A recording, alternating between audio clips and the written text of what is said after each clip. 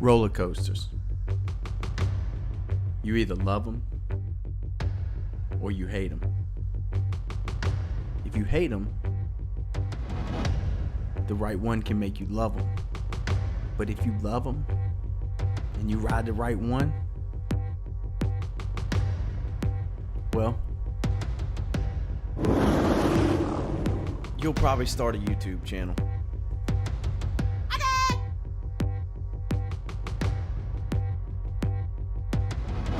I wanted to make a video based off of the top 10 roller coasters that I personally have got the chance to ride. With that being said, if there's a roller coaster that you think should be on this list but it's not, more than likely I just haven't got a chance to ride it yet. Hopefully that'll change in 2019 as I plan on adding another 100 coasters to my list. Before we get started, I want to give an honorable mention to a coaster located at Kings Island in Ohio. It was built in 1979 and it is still considered the longest wooden coaster in the world. You guessed it, it's the Beast. Yes, it can be bumpy at times, but the way the Beast is hidden from the rest of the park and the way it flies through the woods is truly what makes it great. If you really want to step it up a notch, ride it at night with a full moon. I have never had a night ride so incredible. Coming in at number 10 is Afterburn, located at Carowinds in Charlotte, North Carolina. It may only be 113 foot tall and hit speeds of 62 miles per hour, but don't let that fool you because man is this ride intense. From the moment you are released from the lift hill, you are hit with one element after another. The ride is packed with inversions and is also incredibly smooth. Afterburn is very similar to Alpengeist at Busch Gardens in Williamsburg, Virginia. And they both happen to feature one of my favorite elements on a coaster, the Zero G roll. And while both are incredible rides, I do prefer Afterburn just a little bit more. Number 9 is Volcano from King's Dominion. Now I know this may surprise a lot of people, but let me explain. Yes, Volcano has horrible capacity, lines can get long, and there is no good drop on this ride. However, Volcano makes my top 10 simply because it has the best launch system that I have ever experienced on a coaster. I've had the chance to experience the launch on Lightning Rod, Hypersonic XLC, Top Fuel Dragster, Maverick, Flight of Fear, and many more. However, on Volcano the launch is very unique. To start the ride, you're going to launch pretty strong, which is very similar to the mid-launch on Maverick at Cedar Point. And at the end of that launch, the track swings you out to the side in order to make the huge turnaround that seems to last forever. As you approach the mountain with tons of speed and momentum, you're going to hit another launch that is just incredible. The track then curves straight up to send you flipping out the top of the mountain. From here you'll experience 3 heartline rolls before making your way back into the mountain to finish the ride. And for me, the front seat will always be the best seat on Volcano. And number 8 goes to, you guessed it, Top Thrill Dragster. I remember in 2005 looking at pictures of this ride on the internet and wanting to ride it so bad along with Millennium Force. Fast forward 12 years later and I finally got my chance. This coaster can be as much fun to watch as it is to ride. They even have bleachers set up for people to sit down and just watch the ride launch. As a coaster fanatic, it was pretty nerve-wracking watching it launch and looking at how tall it was. If this ranking was based on the sheer amount of adrenaline you have leading up to the launch, it would have come in at number 1 on this list. When you first step into the train, the first thing that you notice is that there is no over-the-shoulder restraints. You get a lap bar and that's it. After you lock in and pull forward to the drag lights and stop, you have plenty of time to stare at the 420 foot tall lift hill that goes 90 degrees straight up and straight down. And just as you start to wonder why you pulled that lap bar down, you hear it. The brakes drop down into the track and you know it's time to hold on. There's no stopping it now. The moment the dragster launches you, you could care less. At this point, it is the fastest thing that you have ever experienced. Your face is transforming from the wind and before you can blink, you're at the top. You can see the entire world and it seems before you can blink again, you're suddenly back to earth and hitting the brakes. What an incredible adrenaline rush you just had. The problem is, as great as this roller coaster is, it seems to be over in a flash. Coming in at number 7 is Intimidator 305 from King's Dominion. This happens to be the second Giga Coaster to be built in North America. The first being Millennium Force at Cedar Point, but we'll get into that coaster in just a bit. When you are walking up to Intimidator 305, the one thing that you notice is that this ride is huge. The lift hill seems to climb to the clouds, and this ride is about two things: speed and intensity. After you climb the very fast 305 foot tall lift hill, you're going to drop straight down at 85 degrees, hitting speeds of 91 miles an hour. Once you reach the bottom of the first drop, you're going to go into the first turn that is so strong it causes many riders to gray out from the G-force. After that, you're going to hit a great airtime hill, and from there this coaster rides close to the ground, changing directions at speeds rarely experienced on a coaster. When it finally comes to a stop, you will have the biggest smile on your face, but at the same time, you'll be glad you have a break to catch your breath. Intimidator 305 is a must-ride coaster for the true coaster enthusiast. Number 6 is Maverick at Cedar Point. I had such a hard time putting this ride at number 6 because it is truly one of the best rides I have ever experienced. This ride features trains that only hold 12 riders, but Cedar Point does such a good job at the rotation, and they really keep the lines moving like clockwork.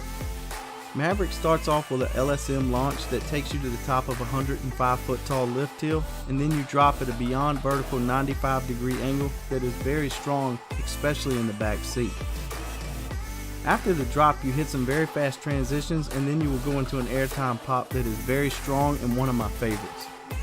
You then come into a tunnel and slow down just before hitting a very good launch that accelerates you to 70 miles per hour before popping out and flying over the water at very fast speeds. This ride has so many elements that I didn't get to mention, but I will cover them in my full review.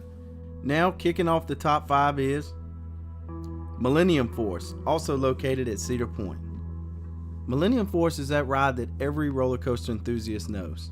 It opened for the 2000 season. It was the first Giga coaster ever built. It broke many world records and has been voted the best steel coaster in the world 10 times by the Golden Ticket Awards.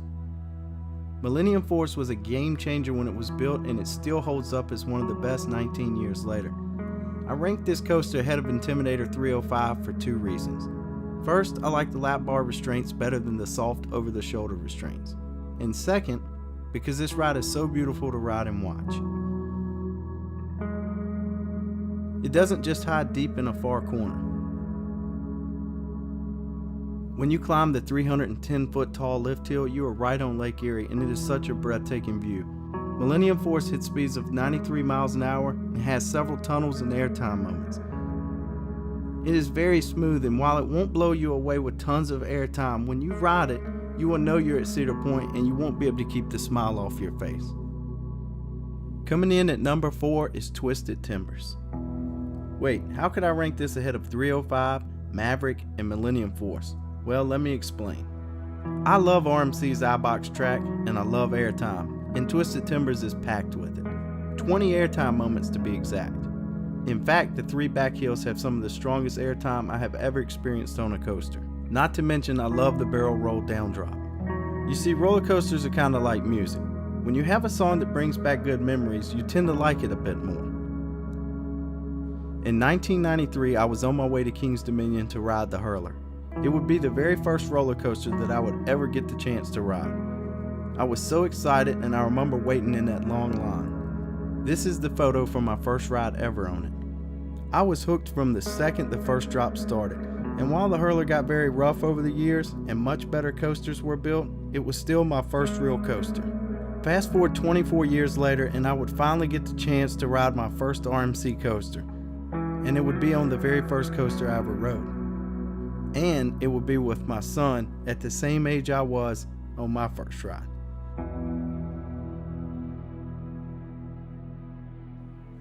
Number 3 is Fury 325 from Carowinds in Charlotte, North Carolina. Wow, what an incredible coaster. Talk about a roller coaster that interacts with guests at the park. You can't help but to notice that when they built Fury, they actually turned the roller coaster track so that you can see the riders as you pass under them to enter the park. The train then turns around to dive underground beneath you. When you get on Fury, you realize that this ride has the great clamshell lap restraints, and that just adds to the excitement. You climb the tall lift hill by chain, which moves much faster than most chain lifts, and then it's on. A 325-foot tall hill that gives views of downtown Charlotte in the distance, and a drop that you are sure to never forget. From here, it's a 95-mile-an-hour ride packed with tons of elements and airtime moments, not to mention Fury covers 2 states as you cross the North Carolina and South Carolina lines.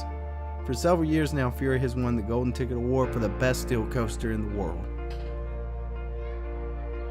Number 2 is Lightning Rod in Dollywood. This ride is considered to be one of the hardest coaster credits to earn due to it being down so often. However, recently improvements have been made that seem to fix a lot of the downtime issues this coaster has had. But let me tell you, when you do get the chance to ride this coaster, it is sure to be one of the best rides you have ever experienced. Just the way it was built on the side of a mountain and it flies across the natural terrain is something you're not going to forget. As many of you know, Lightning Rod was actually built by Rocky Mount Construction, who is known for building some of the best coasters in the world. If Dollywood is your home park, you are so lucky to have this coaster. Lightning Rod launches you up a mountain at 45 miles per hour, which is an amazing experience at that steep of an angle, before dropping you 165 feet and hitting 73 miles per hour. Throughout this ride, you are hit with some of the best airtime you have ever experienced on a coaster. When Lightning Rod finally hits the brakes, you feel like it never lost any of the speed that it had gained from that first drop. And now what you've all been waiting for, the number 1 coaster on my list. To no one's surprise, Steel Vengeance from Cedar Point in Sandusky, Ohio.